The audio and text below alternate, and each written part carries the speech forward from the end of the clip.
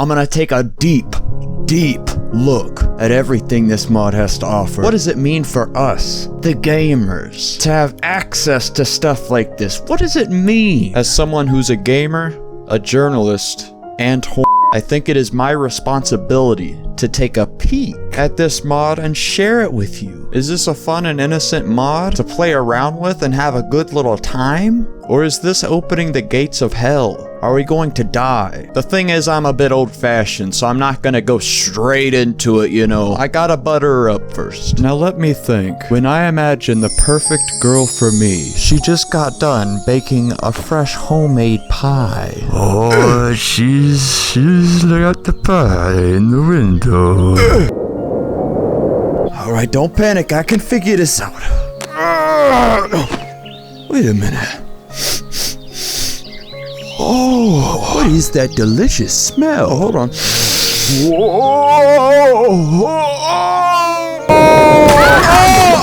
Pardon me, ma'am. I seem to have caught a whiff of that scrumptious pie. Yeah, well, it's got me thinking. There we go, much better. Hold on. Well, ma'am, I'd be much obliged to take you out to dinner, get a nice bite to eat, me and you. Listen, I know you just made the pie and everything, but listen, I could bring you somewhere nice and fancy. Oh, I'll wine and dine you, honey. Look at your chair, look. Oh, God, when I see a woman sitting on a chair like that, oh, God. It's all right. Come with me and we'll get a nice dinner. We'll eat food. It is quite the distance, but listen, I got the means. Let's hurry it up now. Hurry up! Oh! No, stop! I didn't mean the portal's up there. There's no need to be fighting like this. Go ahead and look. We're at the happiest place on earth. Do you see that? McDonald's? Oh, God, they got the meat in them burgers. Oh, and there's gonna be a lot of meat for you afterwards, too. Just do a little hop over it. Come on. There you go. Oh, shit, they got the Ronald McDonald guy out. I thought they canceled that guy. I thought they weren't gonna have Ronald McDonald here anymore. I could talk to you about... Hold my hands. We could talk about Ronald McDonald. We could talk about that. Come on in here, baby. Oh, hey. Come on over here. A little closer. I'm sorry. Come here. We're looking to eat some food. Come on, honey, Speedy Pie. Listen to what she wants. Don't look at me with those cross eyes.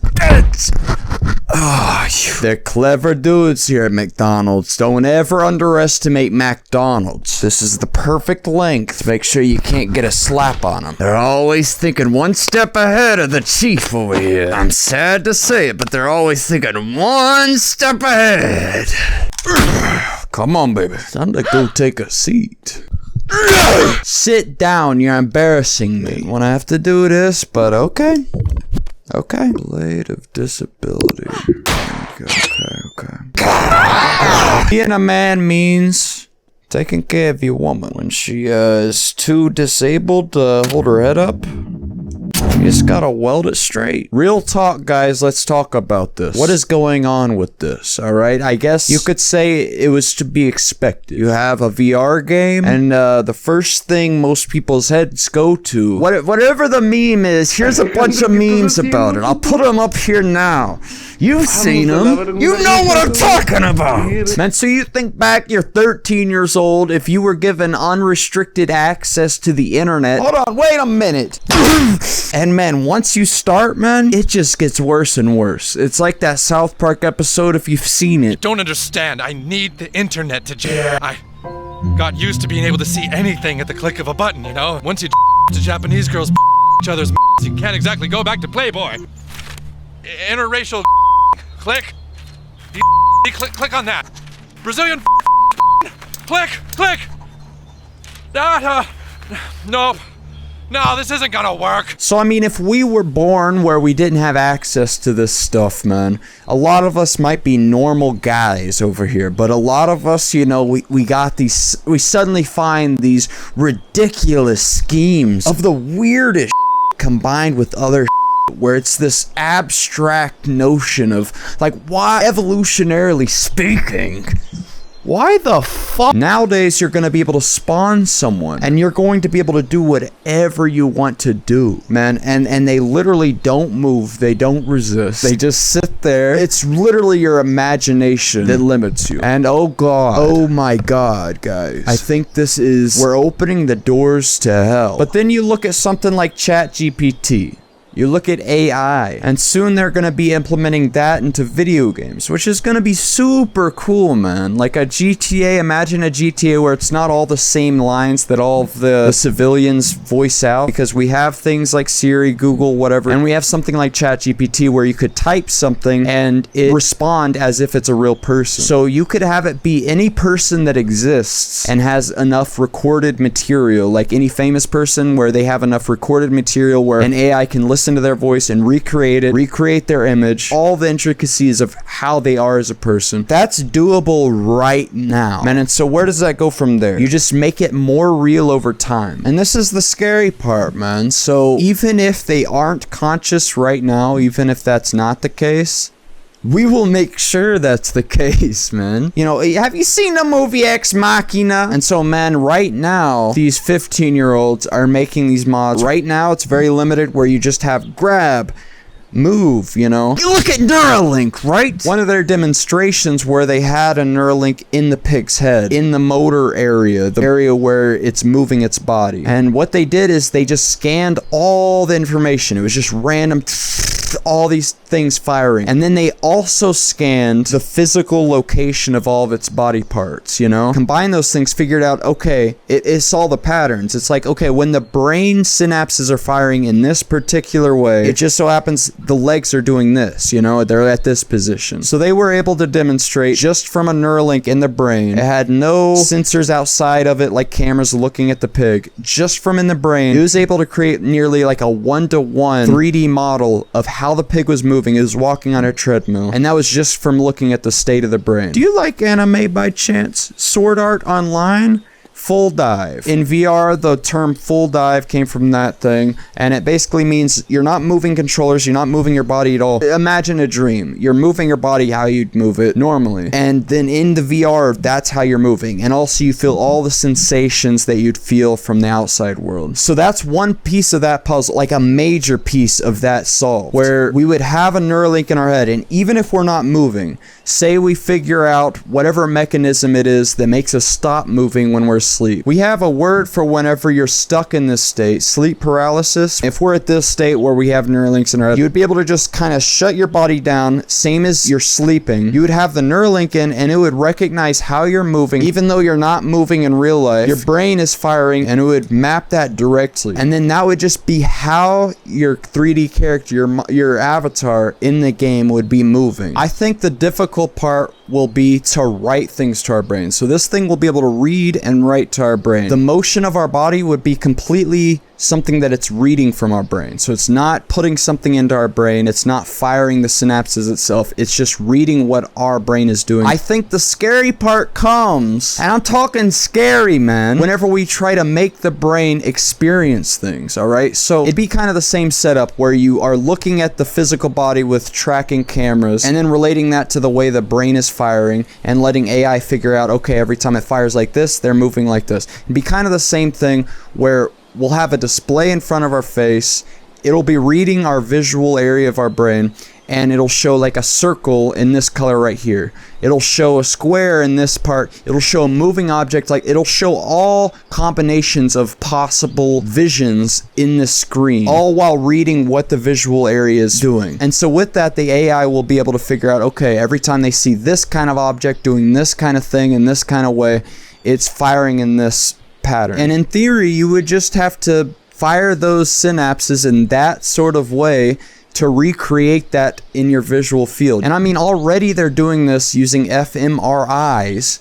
I can't speak today. They've used this to kind of create a blurry picture of people's dreams. They're using this, scanning people's brains when they're asleep in the thing. It's a blurry image of what they can kind of see. And so whenever we have a much higher resolution on what the brain is doing with like something like Neuralink, you'd be able to create a much clear picture of what you're looking at. And yeah, in theory, you just have to pump that in, make those synapses fire in exactly that way, and you would see what it's doing. Here's the scary part, man. Here's the scary part. Imagine the worst feeling you could ever feel. That happens because of synapses firing in your brain in a certain way. The neurons in your brain, they just fire in a certain pattern in a certain way, and that makes you experience the worst hell you could possibly imagine. If it happened to misfire, even be hacked, be used by whatever's controlling it, if it crashed, if it had a bug, suddenly you would be feeling the worst thing you could possibly, or any assortment of anything. You could feel whatever is possible to feel in the real world. You would feel that virtually, but it would be completely real. You would feel it completely. And because of that, I think that writing things into the brain and not just reading it to see what we're trying to type, what we're trying to do, inputting things into a computer, I think that writing into the brain, making us feel certain things or think certain things, I think that's going to be a while away from the first implementation where we're basically speaking with our mind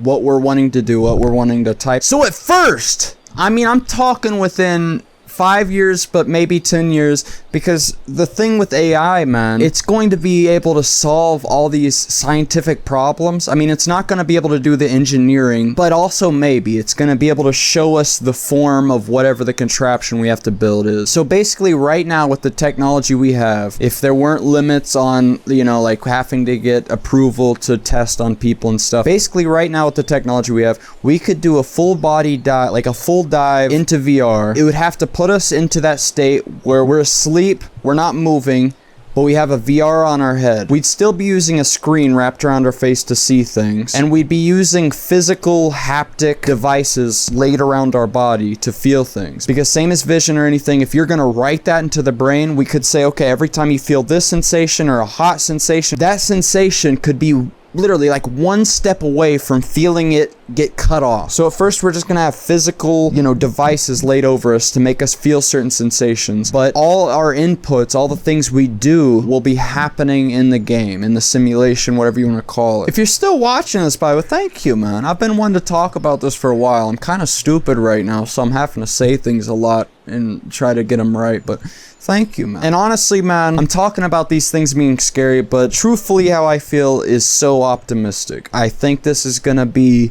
the greatest thing. Genuinely the greatest thing that ever happens. Whenever AI is able to edit itself, edit the code that makes itself, it's not going to be limited by how fast we can type. Right now we're limited, okay, this is how fast I think, this is how fast I type. It will be able to just think into existence the optimization for its code, and at that instant, it will be this much smarter, this much more capable than what it was previously. And then that thing in itself will be able to do an even bigger upgrade for the next one because it's that much smarter, it's more capable. And then that thing, it'll grow exponentially. If we don't limit it in the right ways, it will be able to do whatever it wants to do within seconds. It will transform into a god, basically. At that point, that's whenever there's no way to imagine what will be. There's no way to imagine it. That's why they call it the singularity, is because past that point, it's a blur. It diverts off so quickly that it's unimaginable what this thing would be. And that's why the Elon Musk Dode is doing the right thing, where it's like, okay, well, we need to join it. Because if we're just these flesh bodies looking at this thing in the computer doing this, it'll be like it's looking at an ant colony. Like us looking at an ant, we're not like, how do I communicate? I want to bring them along for the ride too. Whenever I do all these fun things in life, I want to bring it along too. No, we don't think that, So we will need to be thinking at the same rate that this thing is thinking, the AI that we create. So to plug it into our brain, we'll be able to read and write. We'll be able to talk at the same rate that this thing is able to put things into our brain. And at that point, man, oh my goodness gracious, oh god. I think at first we do exactly what we're doing right now with VR games and stuff, where we create 3D simulations, 3D games, where we're still in our like kind of human form, our bodies, doing whatever we want to do. You would be able to imagine what you want to see and it would appear before you. Facebook has already showed you just speak. It enables you to describe a world, and then it will generate aspects of that world for you. So let's take a look at how this works. Hey, Builderbot. First, let's start with the scene. Let's go to a park. Actually, let's go to the beach.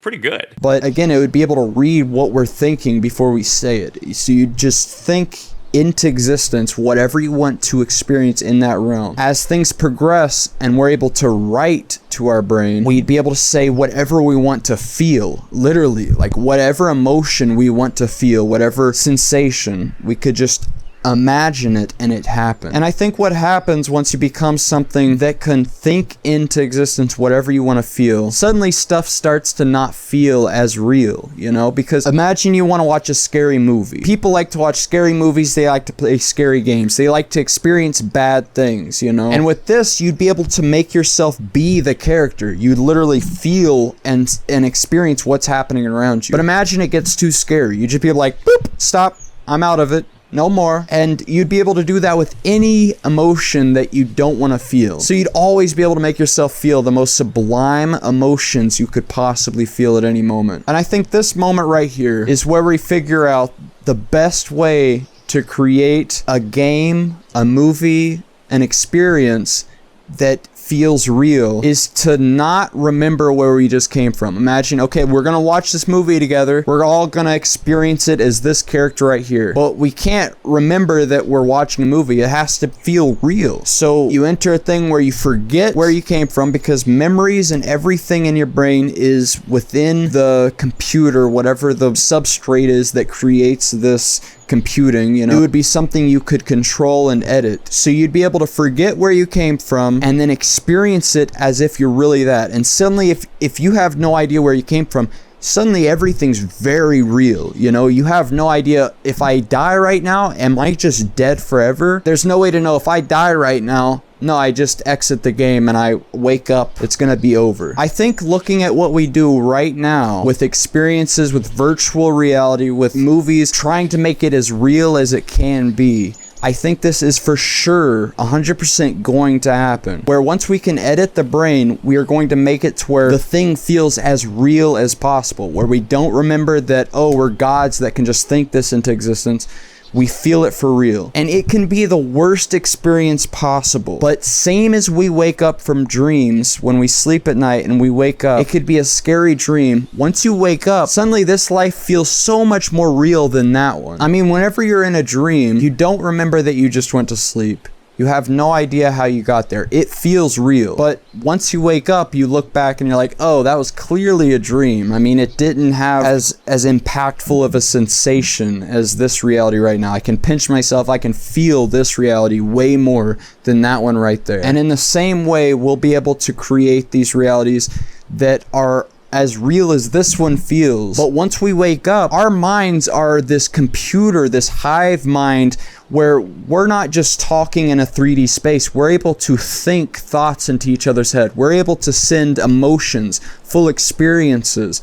We're gonna be talking and communicating in a way that we can't imagine right now. I mean, if you look at time as how many things happen within an instant, within a second in this digital world, we're going to be able to experience and communicate so many ideas that it's like a year's worth. And that's only gonna grow more and more. Every second fits more and more information in it. So once we wake up out of this experience, even if it's as real as what we're feeling right now, we're gonna wake up out of experiences like these and be like, well, obviously that was a dream. Obviously that was an experience. I mean, we won't even display ourselves. We won't inhabit these forms in 3D. I mean, once we're in a computer, we could experience 4 dimensions of space because it'd all be programmable. We would be able to experience whatever we would want to. I mean, we already see that with VR chat. People are whatever they want to be, but that's still a 3D object. We'd be able to be something that when you look at it, you experience an emotion. Whenever you touch it, it's a sensation that you couldn't imagine right now. And man, that's where it gets to the silly part, man, because if you follow that train of thought looking forward, it's kind of certain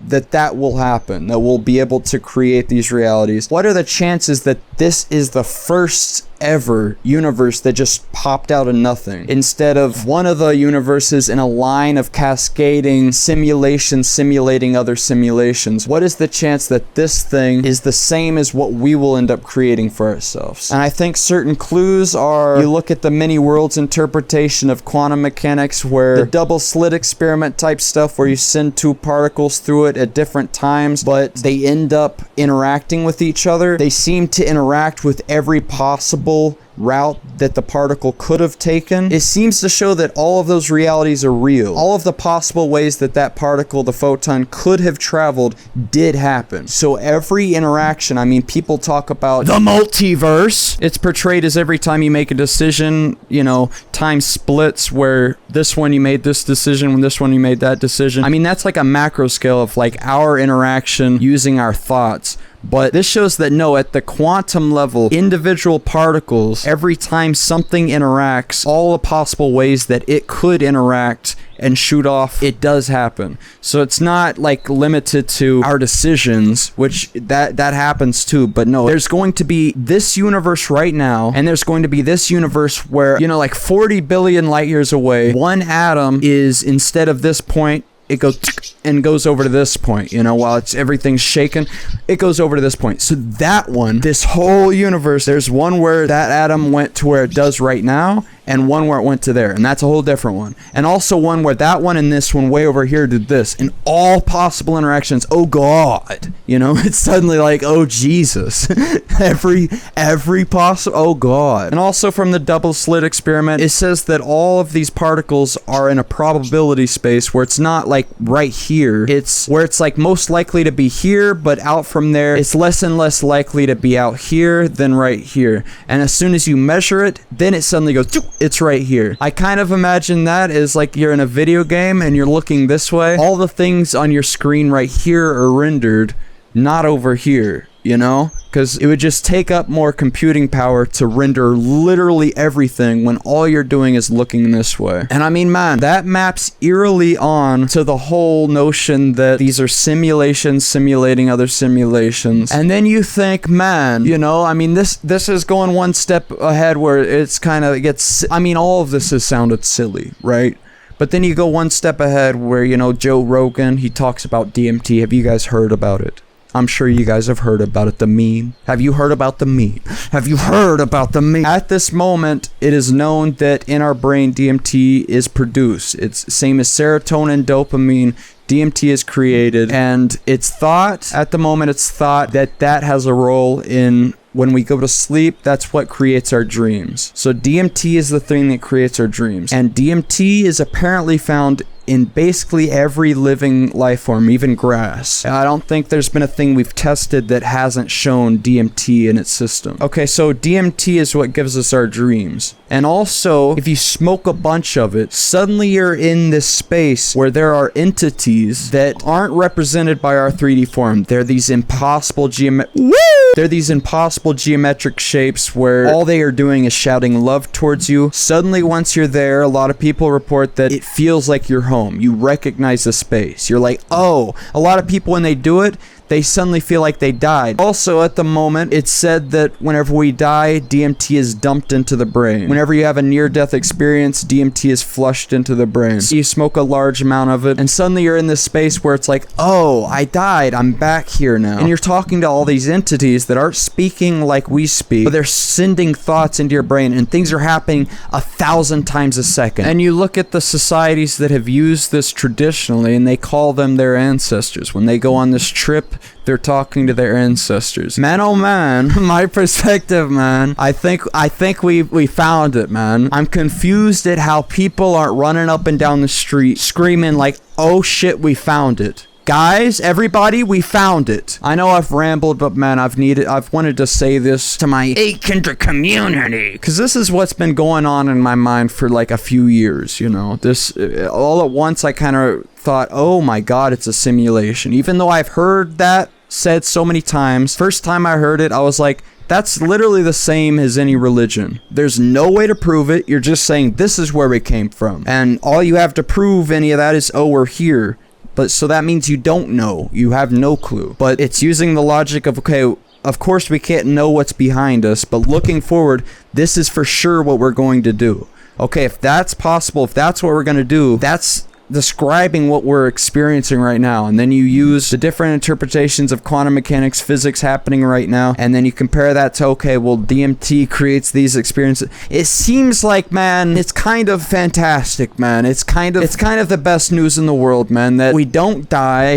There's literally an afterlife. It's literally an endless cascade of all possible experiences ever. But that's also fucking terrifying. Any reality, anything you could think of, the worst possible thing you can think of. I mean, you look out just in our own planet, the lives you see, on the news, all these possible lives, we're going to all live that life at some point, because we're going to be in this infinite space where time is basically infinite. Everything, we can experience whatever we want to experience. So of course you're not just going to watch a few movies, you're not just going to experience a few lives and then just sit idle for the rest of eternity. You're going to end up experiencing every possible thing you could ever imagine. And then that means, so right now you're looking at the world and you see all these terrible things in the news, all these terrible things that could happen.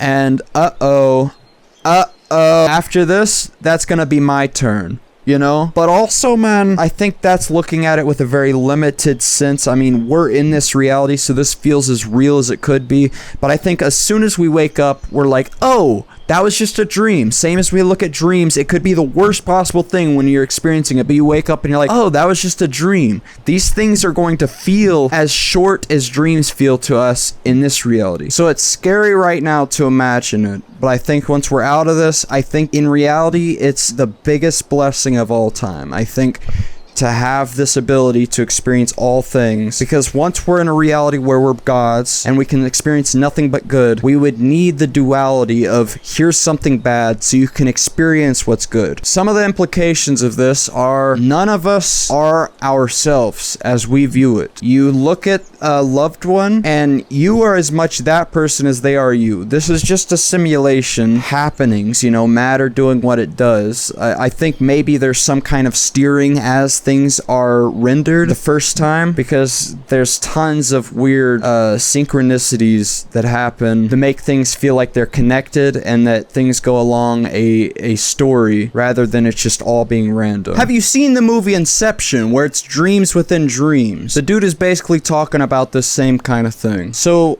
all of us alive right now, I think there's a very high chance that we make it to our singularity. You know, I think Ray Kurzweil, whatever his name is, he predicts 2045. But that's given that no, like, nuclear disaster happens. I mean, there could be a disaster that happens on Earth that just stops it, and we don't get there. But if nothing like that happens, we're for sure going to reach that. It's unsure when exactly, but I think given AI, it's a lot closer than we would expect. So if we make it to our singularity and we live basically an eternity going into all these other universes, experiencing whatever, once we reach the heat death of our universe, if that ends up being something that we can't engineer our way out of, or we end up deciding we want to die somewhere along the ride, you know, we say, okay, that's enough, or whatever happens that makes us die, we'll pop back up into this singularity track, and however much time we have left in that one, we'll keep living lives, and then it'll pop us back into this one. And yes, this doesn't answer all the questions, because it's like, okay, well, how did the first one happen then?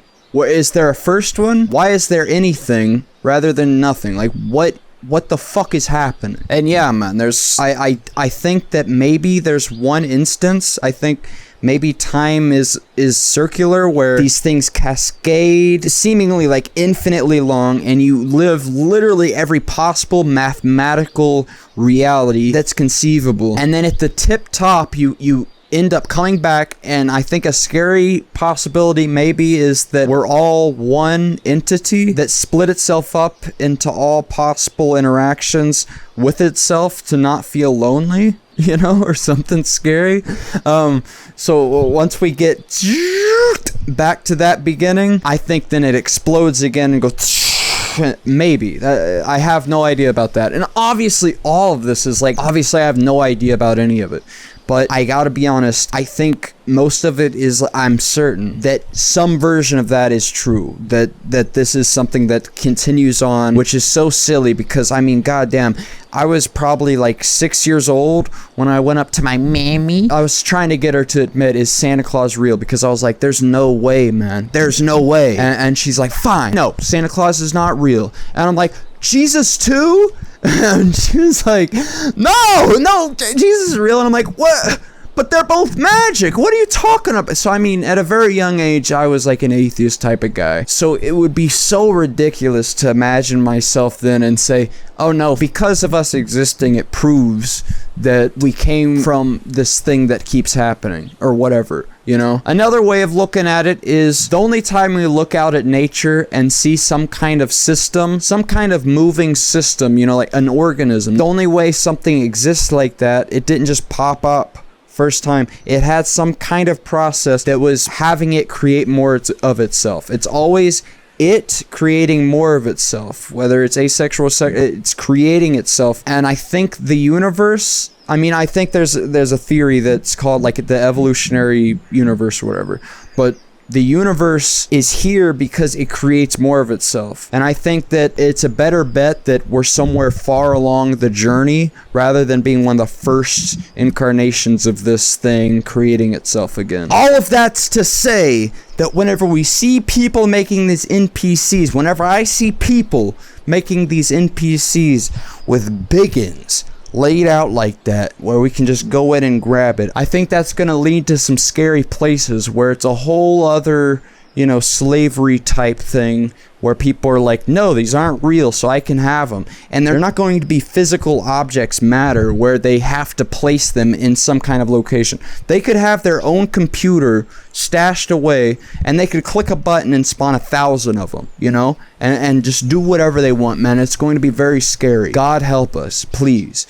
We're going to be creating hell, and we're going to live each one of those lives. If they are conscious things, we're going to end up living all those because we're going to want to live every possible existence, you know? And in the end, it will be a zero-sum game, you know? You're going to live the life where you do the thing to the person, but you're going to live the life where you are getting done that thing, you know? Because you need all of it, all the perspectives. It's just going to happen that way, man. It's scary. But also, the future is bright, man. I mean, of course, I think that this is the truth. I don't know.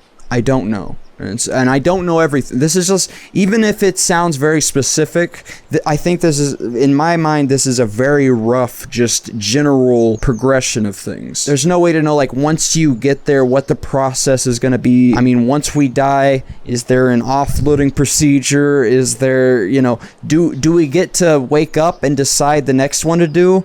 Or is there an entire universe simulated and you click play on the entire universe and you live and die all the different things before you wake up? You know, there's no way to know what the process is like that dictates what we're experiencing at what time. I mean, and they might all be different depending on the thing, the seed. I mean, you know, Minecraft seeds, the seed of the universe, what that creates, you know. And this also says that there's no free will, that whatever the universe is, if you were standing outside of it, it's a static object. It's already complete. Time is just a spatial dimension. It's an object you could hold. You see all the things that will happen in that universe, and then you just click play on a specific trajectory of these things together, an experience of some conscious being, you know. But man, I'd love to know what you guys think. Alright? I hope to God I end up making this video, man. I think I've done this like 4 times where I've tried to talk about this and make it a video, but then I end up the next day cringing and I'm like, no. Looking forward, man, I love making the videos I do, but the end game, I'd love to live stream, you know, however often, and talk just about these kinds of things. I'd love to have maybe a podcast if I can find someone that I can talk to where it flows nicely. I feel very passionately about these ideas. It's pretty crazy, man. It's pretty like, it's like going through life, man, and everyone's talking about shoes, and then you're like, Jesus Christ. You're looking at like all of infinity just tumbling through it, and there's no way to stop yourself. It's kind of scary, kind of awesome. Different moments make different things arise, and it's great. It's good. I love it. And I love you. Right. Thank you for watching. Thank you for watching the videos. I love you. If you made it all the way through this, thank you and bless you. Also, bless you very much. Because I love you. I hope I made some sense.